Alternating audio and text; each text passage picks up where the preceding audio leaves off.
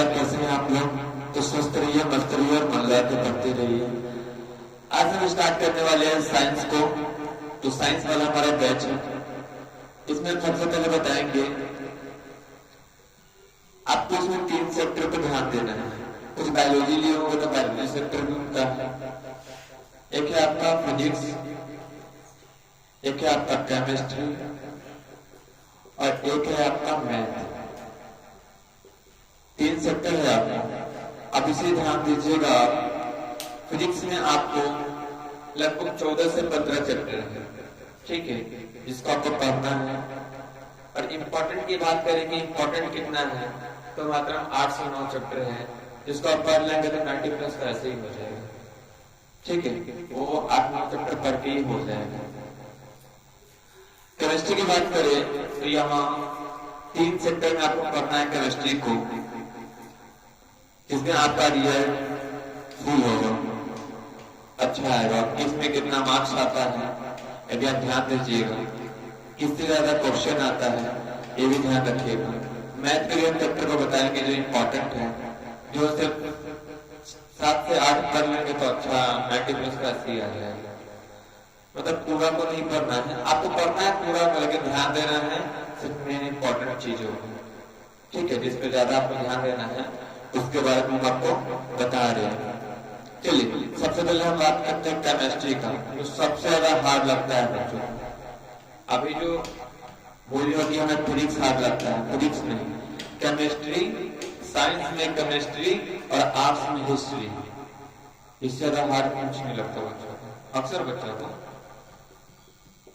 तो सबसे पहले हम केमिस्ट्री पे ही बात करते हैं कि केमिस्ट्री क्यों इतना भी हार्ड है क्या। देख केमिस्ट्री में बात करते हैं।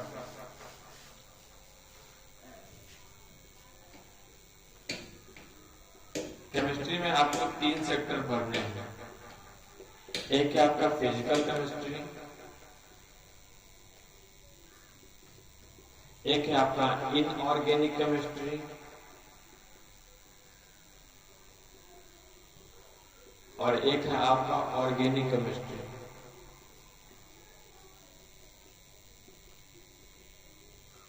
जिसमें फिजिकल केमिस्ट्री को हम बोलते हैं भौतिक रसायन,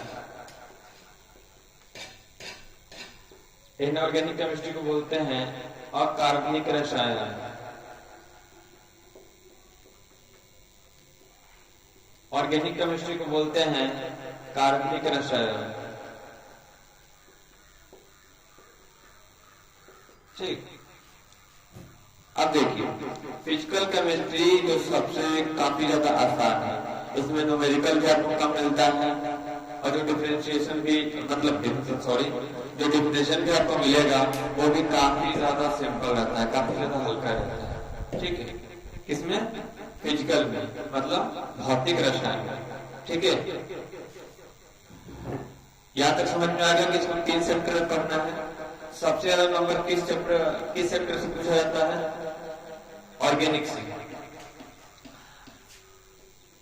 लगभग 28 नंबर का इससे पूछा जाता है। ऑर्गेनिक से कितने नंबर का?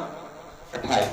और सबसे ज्यादा जो बच्चा इग्नोर करता है वो इसी सेक्टर को इग्नोर करता है, क्योंकि सबसे ज्यादा हार्ड मानता है इसमें, लेकिन हार्ड है नहीं। इस चैप्टर को कैसे पढ़ेंगे कि हार्ड नहीं लगेगा, सिंपल लगेगा। सिर्फ एक चैप्टर को आपको कवर करना है, जिसका नाम है hello alkene and hello arene. अगर इस चैप्टर को आप अच्छे समझ गए तो जैसे 2 दूना 4 होता है, 3 दूना 6 होता है, 4 दूना 8 होता है, वैसे ही आपको अगला चैप्टर समझ में आएगा। अगर एक चैप्टर आप समझ गया चाहते हैं कि hello alkene and hello arene क्या है और उसमें क्या क्या कहा गया है, तब बस उसके बेस में बैठाते चल जाना है सबको। उसके अगला चैप्टर अल्कोहल, फिनोल, ईथर को, एक एल्डिहाइड है, कार्बोक्सिलिक एसिड वाला है, जो भी चैप्टर है उसके पैटर्न में खाली बैठाते चल जाना है, कुछ हार्ड नहीं है, ठीक ना। इसके लिए आपको बेसिक भी पढ़ना जरूरी है। अगर बेसिक पता नहीं रहेगा तो बताएंगे डॉक्टर कि अगर हम लिख देंगे कि लिखिए He, तो आप फिर पूछेंगे क्या कि He मतलब क्या। आपको पहले से पता होना चाहिए कि He मतलब होता है हीलियम। अगर हम Zn लिखे तो आपको पता होना चाहिए पहले कि Zn मतलब जिंक होता है। अगर ये आपको पता नहीं रहेगा तो फिर दिक्कत होगा ही होगा। ठीक। आज हम यही बताएंगे कि कहाँ आपको क्या ध्यान रखना है और क्या बेसिक चीजें जो कंप्लीट करनी है। वो कंप्लीट रहेगा तो चैप्टर तो एकदम आसान लगेगा, और कंप्लीट अगर नहीं रहेगा तो चैप्टर थोड़ा हार्ड लगेगा। ठीक है, ध्यान से देखिएगा, और जो लगेगा कॉन्टेक्ट उसको आप नोट करते जाइएगा। आप बच्चे नहीं के बाद में आपको नोट करने का टाइम दिया जाएगा। इसमें बहुत रहा है तो आप मेन पॉइंट को नोट कर सकते हैं चलते चलते, ठीक है ना। तो इनऑर्गेनिक में और ऑर्गेनिक में, मतलब पूरे केमिस्ट्री की हम बात करें तो इसमें आपको कुछ सेक्टर पे ध्यान रखना है जिसको आपको पता होना ही होना चाहिए। ठीक, जैसे देखिए सबसे पहला है जो वो है एटॉमिक नंबर, जिसको बोलते हैं परमाणु संख्या। ये आपको पता होना ही चाहिए। परमाणु संख्या, हाइड्रोजन का कितना होता है, हीलियम का कितना होता है, लिथियम का कितना होता है, बेरिलियम का कितना होता है, ये आपको पता होना ही चाहिए। ये पता नहीं रहेगा तो फिर जब आप जाएंगे कोऑर्डिनेशन कंपाउंड चैप्टर में केमिस्ट्री के, तो उसमें आपको काफी ज्यादा दिक्कत होगी। ठीक है, तो ये आपको कंप्लीट करके ही रखना है, ये आपका काम है। आप कहेंगे तो उसका हम नोट्स में प्रोवाइड कर देंगे, उसको हम लिख के भी दे देंगे, लेकिन ये आपका काम था, आपको करना चाहिए, अच्छा रहेगा। सब काम आप हमारे पे डिपेंड रहेंगे तो नहीं होगा, कुछ काम आपको खुद से भी करना है। हम सिर्फ बता देंगे कि हाँ यहाँ आपको ये करना है, ये करना है। ठीक है, एटॉमिक नंबर आपको पता होना चाहिए। सेकेंड, आपको एटॉमिक मास पता होना चाहिए कि किसी भी तत्व का जो द्रव्यमान होता है, जो भार होता है, वो कितना होता है, ये पता आपको होना चाहिए। तब जाके आप केमिस्ट्री को अच्छे समझ पाएंगे। नहीं तो कुछ इसीलिए भारी लगता है कि उनको बेसिक पता नहीं होता है। कोई भी सब्जेक्ट भारी होता ही नहीं है, मैंने आपको उसका बेसिक पता नहीं होता, इसलिए आपको भारी लगता है। और समझने का प्रयास कीजिएगा, साइंस क्या है, जो आप जीवन में जी रहे हैं वही साइंस है, लेकिन इसको रट्टा मारिएगा तो बुझाएगा नहीं कुछ, इसीलिए भारी लगता है। तो दो चीज आपको पता चलाना, एटॉमिक नंबर पता होना चाहिए, एटॉमिक मास पता होना चाहिए, आपको इलेक्ट्रॉनिक विन्यास करना आना चाहिए, जिसको बोलते हैं इलेक्ट्रॉनिक कॉन्फ़िगरेशन। ठीक ना, तो वो आपको पता होना चाहिए, जिससे आप अगले चैप्टर में आसानी से काम कर पाए। इलेक्ट्रॉनिक कॉन्फ़िगरेशन, ठीक, जिसको इलेक्ट्रॉनिक विन्यास बोलते हैं, ये आपको पता अच्छे से होना चाहिए। तत्व का नाम आपको पता होना चाहिए कि तत्व, पूरे तत्व अभी तक कितने हैं, 118 तत्व हैं। ठीक है, पूरा जो तत्व है, अगर पूरा पढ़ना पड़े तो 118 तत्व पढ़ने हैं, और उसको हम आपको ऐसा ट्रिक बताएंगे कि वो आसानी से याद हो जाएगा, सब 118 याद हो जाएगा। उसके लिए टेंशन आपको नहीं लेना है, कौन से कौन ब्लॉक में आता है, कौन से ग्रुप में आता है, वो भी आपको बता देंगे। जो ग्रुप में आता है उसको कौन सा फैमिली बोलते हैं, वो भी आपको बता देंगे। जब उसको फैमिली बोलते हैं तो उसका द्रव्यमान ऊपर जाने पर बढ़ता है, नीचे आने पर घटता है, कहाँ त्रिज्या उसकी बढ़ती है, कहाँ उसका आयतन बढ़ता है तत्व का, ये भी आपको पढ़ना है इसमें। ठीक है, जब जाएंगे तो संयोजकता आपको निकालना होगा, संयोजकता से भी आपको फिर एक बार बैक भी आना पड़ेगा, जाना भी पड़ेगा। तो जितना भी प्रोसेस है इनऑर्गेनिक केमिस्ट्री का, तो आप सब चैप्टर जैसे जैसे कंप्लीट होगा वैसे वैसे आप सीखेंगे। कुछ चैप्टर आपको पहले ही बताता है कि ये थ्योरेटिकल है, इसमें आपको परिभाषा ज्यादा पढ़नी है, और कुछ ऐसा चैप्टर है जो आपको पहले ही बताता है कि इसमें कोई परिभाषा नहीं है, इसमें सिर्फ आपको क्वेश्चन करना है। ठीक है, तो इस बात को आप ध्यान रखिएगा, तो चैप्टर आपको कोई भी आसान लगेगा, चाहे फिजिक्स हो चाहे केमिस्ट्री हो। ठीक है, अब देखिए फिजिकल केमिस्ट्री को समझने के लिए सबसे पहले आपको जो भी आपके घर में आपका जो घटना घट रही है वही सिर्फ फिजिकल केमिस्ट्री में दिया गया है, कुछ अलग से कुछ भी ऐसा नहीं दिया गया है। ठीक ना, इसमें ऐसा कुछ तो नहीं है कि उतारा जाए, बेटा इसको जो लगेगा वो बोलिएगा। ठीक है,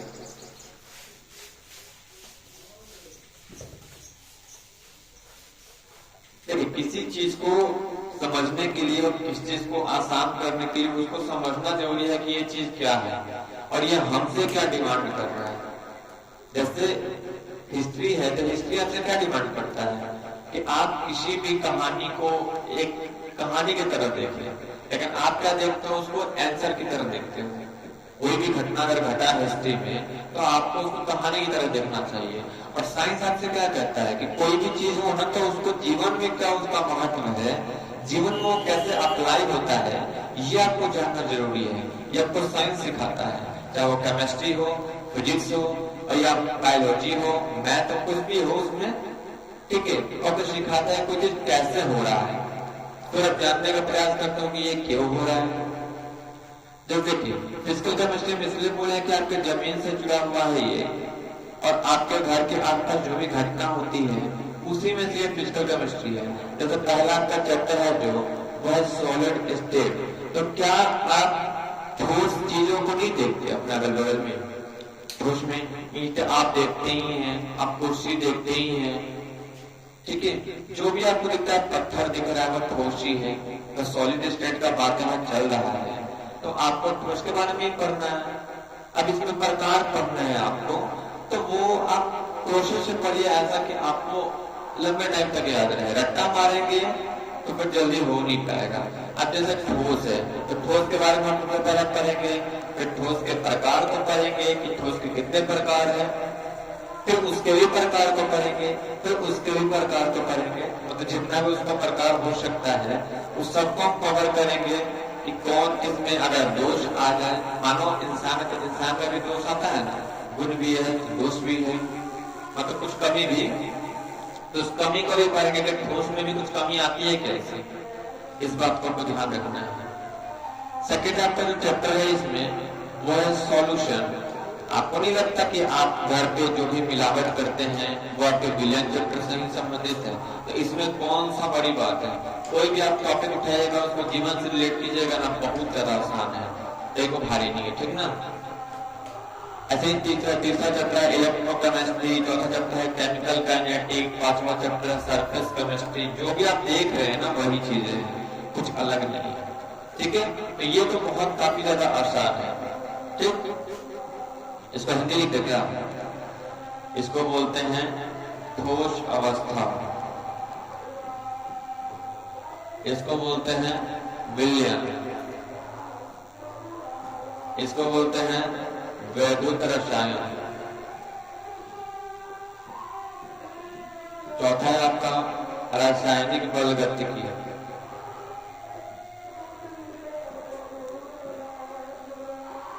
पांचवा है आपका पृष्ठ रसायन। इसमें आपको क्या पढ़ना है? जैसे देखिए कोई भी चीज है तो दुनिया में दो तरह की चीज है। एक तो ऐसा चीज जिसपे अगर धूल मिट्टी पड़ जाए तो उसको ऊपर से झाड़ दोगे हट जाएगा, वो ऊपरे रह जाता है। और एक ऐसा चीज है जो वो अंदर तक चला जाएगा, उसका पैसे ऊपर से झाड़ कर नहीं हटा सकते हो, उसको वो दबाव में जाकर निकलेगा। जैसे कुछ ऐसा अवतार पे जैसे चला गया कोई धूल, तो उसको कैसे हटा सकते हो? ऊपर से करोगे तो हट जाएगा। तो आपको दो तरह को उसमें पढ़ना है पृष्ठ रसायन को, एक अवशोषण है और एक अवशोषित है। तो दो तरह का उसमें आप देखोगे, अधिशोषण अवशोषण इसको बोलते हैं, एब्जॉर्प्शन एब्जॉर्प्शन, दो तरह की चीज है उसमें। जब पढ़ोगे चैप्टर का आपको समझ में आएगा काफी ज्यादा, और ऐसा कुछ उसमें हार्ड है नहीं।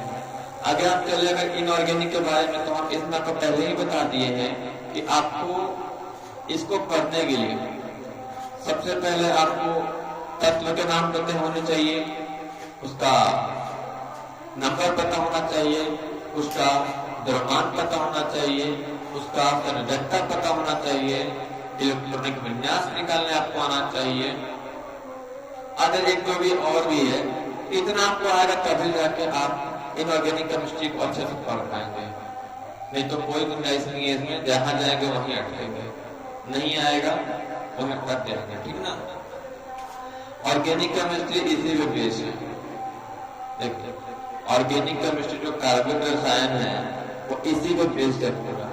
जिसको ये सब पता रहेगा वह ऑर्गेनिक केमिस्ट्री को अच्छे से समझ पाएगा। समझ में आ रहा है? और कार्बनिक रसायन नाम है तो इससे तो आपको लग ही रहा है कि इसमें कार्बन तो होगा ही होगा, है ना। अब देखिए कार्बन जो है, अगर एक कार्बन है, आपको क्या लग रहा है वो कितना बॉन्ड बना सकता है? चार हिस्सा है, इससे भी तो समझ सकते हैं, इधर जाएगा इधर जाएगा इधर जाएगा इधर जाएगा, चारों तरफ। अब चारों तरफ किसी का बॉन्ड बनाएगा? हाइड्रोजन का। अब देखिए तो सबसे पहला क्वेश्चन तो ये पूछ देता है कि कार्बन कितने बॉन्ड बनाते हैं? तो 4, ठीक है। ये क्वेश्चन भी आया होगा। ऐसे पूछ देगा आपसे कि CH4 में कितने नंबर है, तो 4। CH4 को क्या बोलते हैं, तो मेथेन। ये नाम नहीं निकालना, हम आपको सिखा देंगे कि नाम ही निकलता कैसे है, ये फॉर्मूला कैसे निकलता है, ये भी आपको पता चल जाएगा, ठीक है। इसको रटने उठने की जरूरत किसी को नहीं है, आपको समझाएंगे उस तरह समझिएगा।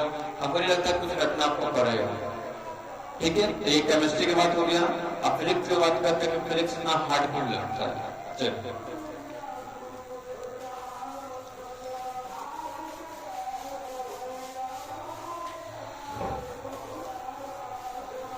फिजिक्स इतना हार्ड क्यों लगता है, इसको देखते हैं। हालांकि हार्ड है नहीं वो, ये हार्ड लगता है। अब देखिए, फिजिक्स को पढ़ने के लिए सबसे पहले आपका मैथ स्ट्रांग होना चाहिए थोड़ा सा।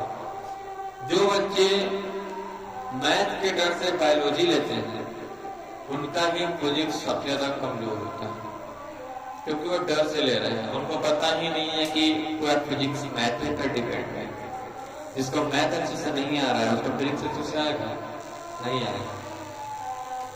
इस फिजिक्स को हल्का करने के लिए हम इसमें 2 चैप्टर पे काम करेंगे।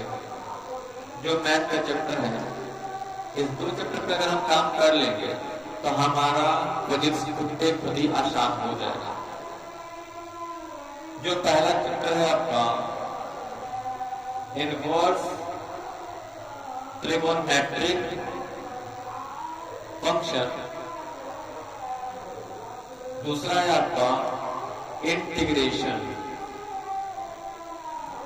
अगर इन 2 चैप्टर को आप अच्छे से जान गए, एक इनवर्स ट्रिगोनोमेट्रिक फंक्शन जिसको बोलते हैं प्रतिलोम ज्यामितीय फलन, एक ये चैप्टर आपको जानना है। और दूसरा है हिंदी में बोले तो समाकलन आपको जानना है, ठीक है। इस 2 चैप्टर को आप अगर जान गए और साथ में आपको अगर मात्रक याद हो गया, यूनिट याद हो गया, जिसको आप एक पेज सीट पे आपको दिया जाएगा, मात्रक का पूरा जो नोट्स आता है वो आपको दिया जाएगा। और मात्रक आपको अगर पता चल जाए तो फिजिक्स काफी ज्यादा आसान हो जाएगा आपको, काफी ज्यादा। जिसको मात्रक पता चले, जिसको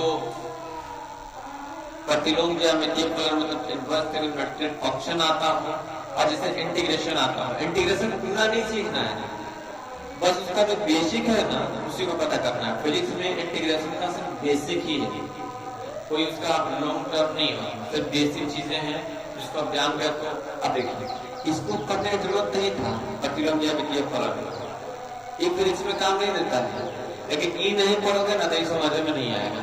सबसे बड़ा चीज ये डायरेक्ट अगर इसको पढ़ोगे तो बुझे भी नहीं करेगा, क्योंकि सब इसी पे डिपेंड है, इसी के फॉर्मूला पे ये चलता है। यही पता जिसको नहीं आएगा समाकलन कैसे कर लेगा, तो ये प्रोसेस है। अब देखिए, जो भी आप क्लास में पढ़ रहे हो प्राय आपके लिए क्या है, एक तरह का प्रोसेस है।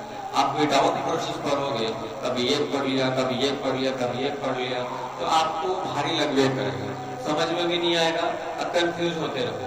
किसी भी चीज को, कोई भी एग्जाम हो, कितना भी बड़ा किताब हो आपका, जब आप उसको प्रोसेस से पढ़ते हो ना, जब आपको सिलेबस पता होता है ना, सिलेबस हमेशा आपके हाथ में होना चाहिए। अगर अच्छा रिजल्ट लाना होता पास करेगा तो 10 दिन काफी है। जिसको अच्छा रिजल्ट लाना है, जिसको अच्छा रिजल्ट में क्या बात करते हैं, 450 करीब 400 450 इस तरह का पता है। अभी एक तो हमसे पार के हमें को रिजल्ट चैलेंज करेगी लग रहा है क्या कहते आपसे ज्यादा लाएंगे लाओ। तो 450 लाने के लिए सबसे पहले आपके अंदर क्या होना चाहिए, आपके हाथ में सिलेबस रहना चाहिए। और हाथ में से अगर दिमाग में आ जाए तब तो काफी अच्छा है। क्या अब बार बार हाथ में देख रहे हैं, सिलेबस अपने हाथ में रहेगा ना, सिलेबस के साथ आपके पास पॉइंट रहनी चाहिए। जैसे आप जो चैप्टर पढ़े उसको एक अलग कॉपी बनाइए ऐसा, जिसमें आप उस मेन टॉपिक को एक कॉपी में लिखिए। अब 10 रुपए वाला कॉपी ले लीजिए, 20 रुपए वाला जो भी हो, उसमें सिर्फ आप मेन टॉपिक को लिखिए, उसके आंसर को नहीं, सिर्फ टॉपिक को। उससे क्या होगा, उससे ये होगा कि जिस दिन आप 5 चैप्टर पढ़ लेंगे, अब 5 चैप्टर मानो हमने पढ़ लिया, ठीक है, अब सबको लग रहा है कि हमें वो याद भी है, आप गए उस मेन क्वेश्चन को उठाए और उसको एक तरफ से बैठ के लिख डाले कि हमको कितना पता है सच्चों में, इसलिए बोल रहे हैं। जब ये मेन बोर्ड आपके पास आ जाएगा मेन क्वेश्चन, तो आपको ना क्वेश्चन बैंक की जरूरत पड़ेगी। जब आप इतना करके जाओगे ना, एक चैप्टर इधर कर लिया, फिर मेन क्वेश्चन को प्रैक्टिस कर लिया, फिर ऑब्जेक्टिव को प्रैक्टिस कर लिया, तो जब आपके पास क्वेश्चन बैंक आएंगे, जब आपके पास सैंपल पेपर आएंगे, तो आपको नया नहीं लगेगा कि सब कर लेंगे पहले से, तो बड़ा चीज थोड़ी, तो पहले से चीज को कवर करके चलिए। अब एक बार चैप्टर पर, एक बार क्वेश्चन बैंक पर, क्या ही बेवकूफी है, एक बार आप कवर करते चलो सबको। बाद में आपको है क्या कि क्वेश्चन बैंक हम पहले फॉर्मेलिटी के लिए पढ़ रहे हैं, प्रैक्टिस के लिए, एक कट लेके उलट गया, बाद लेगी 1 महीने में खत्म, इस तरह का, ठीक है ना। तो आप लग रहा है कि फिजिक्स कुछ हार्ड है, आपको तो चला ना फिजिक्स का है, फंसता है, अगर तो मैंने इंटीग्रेशन पता है, मैं इनवर्स ट्रिग्नोमेट्रिक पता है, तो फिजिक्स फंसेगा ही फंसेगा। मात्रा को नहीं पता है, बीमा का कोई इंपॉर्टेंस नहीं है, लेकिन बीमा का भी आता है कुछ क्वेश्चन, ठीक है, जिसको डायमेंशनल फॉर्मूला बोलते हैं, ठीक है। तो ये आपको ध्यान रखना है काफी ज्यादा कि कौन से सेक्टर पे आपको ज्यादा ध्यान रखना है, कौन से सेक्टर पे कम ध्यान रखना है। और जैसे जैसे हम पढ़ाएंगे तो हम चैप्टर ही बता दें कौन सा चैप्टर इंपॉर्टेंट है, ठीक है। इसमें भी आप जहाँ तक देखिए चैप्टर के नाम से आपको पता चल रहा है कुछ ज्यादा हार्ड वर्ड है नहीं, बच्चे को हार्ड बना देते हैं। अब मानो फर्स्ट चैप्टर है इलेक्ट्रिक चार्ज एंड फील्ड है, इसका मतलब क्या हुआ कि विद्युत आवेश क्षेत्र। देखिए हम थोड़ा इंग्लिश जो चैप्टर लिख रहे हैं इसलिए लिख रहे हैं, कुछ इंग्लिश वाले बच्चे भी देखते हैं और कुछ इंग्लिश वाले बच्चे भी मैसेज करते रहते हैं कि थोड़ा चैप्टर का नाम कम से कम इंग्लिश में लिखिए, टॉपिक को इंग्लिश में थोड़ा लिख डालिए। फिर क्या होता है कि बच्चा हिंदी में तो पढ़ लिया, उससे कोई पूछ दिया what is electrostatics, what is Coulomb's law, what is Gauss law, what is conservation of charge, ऐसा अगर पूछ दिया उससे तो फिर उसको लगता है कि पढ़ने नहीं किया, वो पढ़ा तो है लेकिन उसको टॉपिक का इंग्लिश से नहीं पता है, ठीक है। इसका हिंदी में देखें तो विद्युत आवेश एवं क्षेत्र, ठीक ना। तो इसमें हमको क्या लग रहा है, विद्युत के बारे में पढ़ना है, चार्ज के बारे में पढ़ना है और उसका कहाँ तक उसका फील्ड है उसके बारे में पढ़ना है। तो कौन ये बहुत ज्यादा बड़ा साइंस हो गया। अगला भी चैप्टर है जो स्थिर वैद्युत आवेश एवं धारिता, ऐसा है ना, स्थिर वैद्युत आवेश कैसे काम करता है, धारिता कैसे काम करता है, कुछ समांतर चलता है, कुछ श्रेणी क्रम में चलता है, श्रेणी क्रम का फॉर्मूला क्या होता है, समानांतर क्रम का फॉर्मूला क्या होता है, ये आपको जानना है। जब फॉर्मूला सेट आपको मिल जाएगा वो आपको पता खुद चल जाएगा, ठीक ना। और थोड़ा बोला कीजिए, इतना शांत बैठेगा तो होगा, साइंस वाले बच्चे शांत नहीं बैठेगा, उनका माइंड एक्टिव होना चाहिए। कहिए मिलेगा, कुछ तो अपने से करना नहीं है, हाँ हर चीज हम ही करें ना, पहले पैसे कमेंट करो उसके बाद कुछ बात करना, ठीक है ना। हाँ मेरे पैसे की कोई नोट्स नहीं मिलती, हाँ भाई पहले पैसे कमेंट करो उसके बाद ही नोट्स वगैरह का डिमांड करना, ठीक ना। तो ये समझ में आया। सबसे ज्यादा जो इसमें इंपॉर्टेंट चैप्टर सबसे ज्यादा जिसपे आपको ध्यान देना वो है आपका ऑप्टिक्स। इसमें टाइम खूब लगता है इसमें। इसका जब क्लास लगेगा ना, जो आपका 9 चैप्टर है, तो इसमें 2 घंटा 3 घंटा भी लगातार पढ़ा सकते हैं क्योंकि ये बहुत टाइम खींचता है, ठीक है। अगला है 14 चैप्टर जिसका नाम है सेमी कंडक्टर। ये भी चैप्टर काफी ज्यादा इम्पोर्टेंट है। ये दोनों चैप्टर इम्पोर्टेंट, बाकी 6-7 और है इम्पोर्टेंट, ठीक है। अभी हम सबको नहीं लिखने वाले, कि सब हम लिख देंगे तो ज्यादा ही कुछ ज्यादा माइंड चलने लगता है। हिंदी ऑप्टिक्स को बोलते हैं हिंदी में प्रकाशिकी, और सेमीकंडक्टर को बोलते हैं अर्धचालक। अर्धचालक, ठीक ना। ये चैप्टर ही है पूरा। अभी आप लोग पढ़ेंगे क्या, चालक, कुचालक, अर्धचालक।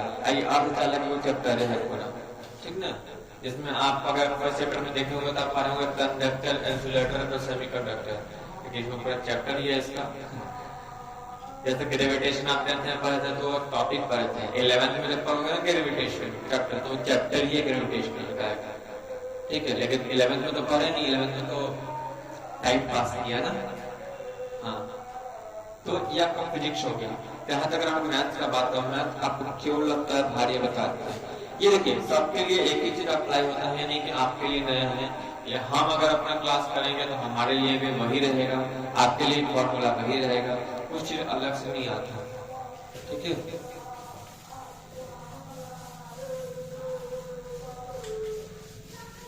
आप लोग को जैसे होता है ना कि देखिए अगर हम किसी को कहें कि हाँ आप लोग को 10 घंटा पढ़ना है, बोल दियो, तो 10 घंटे का मतलब ये नहीं है आपके लिए कि आप 10 घंटा ही पूरा किताब लेके बैठो। मेरे कहने का मतलब ये नहीं होता, आप 6 घंटे ही बैठो किताब लेके, लेकिन जब आप मानो कि कहीं बैठे हो, कहीं गए अकेले में, तो वहां आप रिवीजन तो कर सकते हो ना, मन में तो रिवीजन कर सकते हो ना। जैसे अभी जो हमने पढ़ा दिया तो इसको जरूरी है कि सब कॉपी में लिखा जाए, आप तो खुद से ही पता कर सकते हो कि अच्छा कौन कौन सा चैप्टर इंपॉर्टेंट था, उसमें क्या क्या जरूरी था, मात्रा जरूरी था, एक ये डायमेंशनल फॉर्मूला जरूरी था, और क्या था जरूरी, इंटीग्रेशन जरूरी था, इनवर्स ट्रिग्नोमेट्रिक फंक्शन जरूरी था। ये तो आप रिवीजन कर सकते हो ना मन से, हर चीज कॉपी पे लिख के नहीं की जाती। ठीक है, बिना काम में कॉपी लेके बैठे हैं 10 घंटे से पढ़ाई और एक हो नहीं रहा, ठीक ना, इतना वैसे नहीं कर सकता। अब देखिए मैथ का बात हम करते हैं, मैथमेटिक्स, तो इसमें तो है ही आगे बढ़ने के लिए सबसे ज्यादा जरूरी है मैथ का मतलब ही है इसका, मैथ का दूसरा नाम रखना चाहिए प्रैक्टिस। प्रैक्टिस नहीं करोगे ना तो कितना भी तेज रहोगे तो तुमसे मैथ नहीं करेगा, कितना भी तेज रहो। प्रैक्टिस करना बहुत ही ज्यादा जरूरी है, बहुत ज्यादा। हमारा किसी को कुछ नहीं आ रहा है, खेलने ही नहीं आ रहा, एक दिन नहीं आएगा, 2 दिन नहीं आएगा, 5 दिन नहीं आएगा, 10 दिन नहीं आएगा, लेकिन एक ना एक दिन तो आएगा ही खुद पे खुद। क्यों? क्योंकि प्रैक्टिस किया है। अब मैथ क्या है, एक क्वेश्चन नहीं बना छोड़ दिया। अब मैथ क्यों बोरिंग लगता है, एक क्वेश्चन नहीं बना चलेगा यूट्यूब पे, एक क्वेश्चन नहीं बना चलेगा गूगल पे स्क्रीन कर कुछ आंसर निकाल दिए, एक क्वेश्चन नहीं बना चलेगा डॉक्टर। जब सब कुछ बना बने आपको चाहिए तो आपका दिमाग तेज होगा, चाहे दिमाग काम करेगा। बताओ कुल्हाड़ी क्या रखने से तेज हो जाएगा, उसको चलाओगे तब ना तेज होगा। तो दिमाग को चलाते हो कभी? बिल्कुल ही चलाते, दिमाग को तो यूज करोगे तब ना। आप खुद से नहीं चाहते कि कुछ हो। अभी क्या है सबके पिछले 10th वाले को जब देखे थे, अगर एक क्वेश्चन उसको दिया गया 2 + 4 तो अगला भी क्वेश्चन उस जगह 4 + 6 ही रहेगा, उसमें माइनस ना रहा। तो वहां जोड़ हुआ था दोनों सेम ही जोड़ में, उसको अगर इसमें अगर एक को ऐड करना दिया तो उसको पता है कि तीनों जोड़ में निकल जाएगा। एग्जाम्पल दे रहा है कि तैयो कहेगा उसमें 2 को था 3 हुआ नहीं बुझा रहा है, ये हाल है।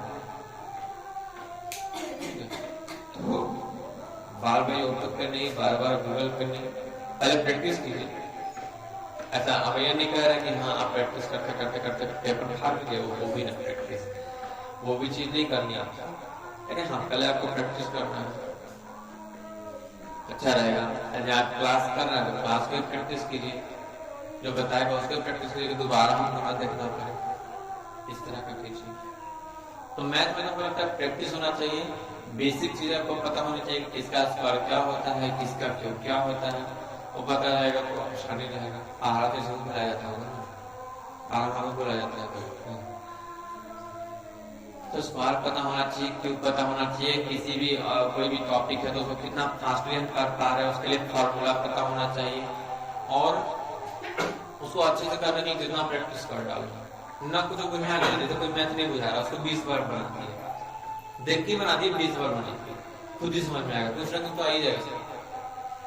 फिजिक्स में भी आपको न्यूमेरिकल मिलेगा, ये तो मैथ का है, फिजिक्स में भी तो आपको न्यूमेरिकल मिलेगा। हाँ तो न्यूमेरिकल को उतना ध्यान मत देना, हाँ अगर आप कॉम्पिटिशन पे जाना है तो न्यूमेरिकल पे ध्यान दो, कॉम्पिटिशन अगर कुछ करना है साइंस के बेस से तो न्यूमेरिकल पे ध्यान देना चाहिए। और आपको सिर्फ बोर्ड को लेकर पर्पस आप हो तो न्यूमेरिकल इतना ज्यादा नहीं आता, और न्यूमेरिकल भी कोई भारी नहीं है। न्यूमेरिकल में लास्ट में क्या है, आपको मात्रक लगा देना है, और स्टार्टिंग में क्या है आपको देखना है इसका चार्ज कितना दिया हुआ है, इसका वोल्ट कितना दिया हुआ है, इसका एम्पियर कितना दिया हुआ है, और जो भी उससे फॉर्मूला रिलेटेड आए उसके संबंधित उस फॉर्मूला बैठा कर डाल दो। जैसे मैथ में आता हो कि आपको त्रिज्या पता है, ऊंचाई पता है, और गोले का निकालना तो कैसे बनाते हो, लेके होता है ना, वैसे ही आपको क्या करना है इसमें, वैसे ही आपको इसमें क्या करना है कि जैसे आपको वोल्ट पता चले, एम्पियर पता चले, आपको चार्ज पता चले,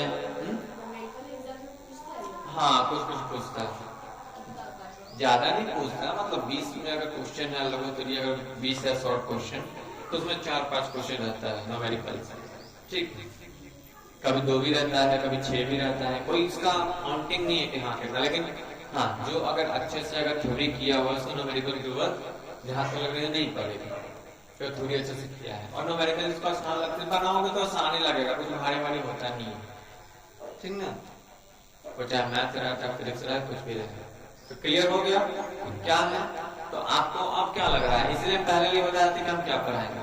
अब बताओ पहले अगर हम फिजिक्स से स्टार्ट करें तो क्या आपको समझ में आएगा, पहले क्या स्टार्ट करना चाहिए, पहले मैथ स्टार्ट करें या केमिस्ट्री, अगर मैथ बताएंगे तब जाकर फिजिक्स सही होगा, या केमिस्ट्री बताएंगे तब जाकर सही होगा, तो क्या चाह रहे हो आप,